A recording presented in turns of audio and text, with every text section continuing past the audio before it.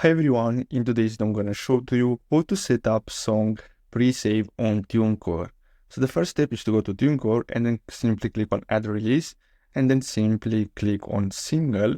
and then here you have to complete all this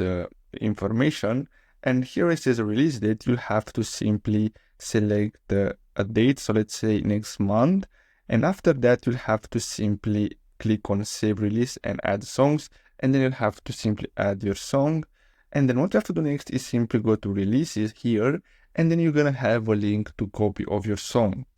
Next, what you have to do is simply go to linkfire.com and then create your free account, and then simply go and click on create link,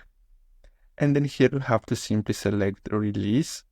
and then simply paste in your song link,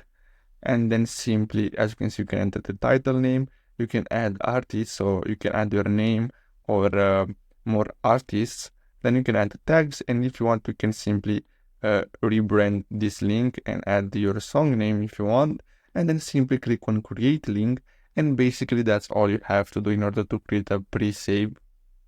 link. So now, as you can see, Linkfire will do all the work for us, and then we can simply promote our song with the link they generate for us. As you can see, I have this link here, and I can simply start, as you can see, if I click on view link,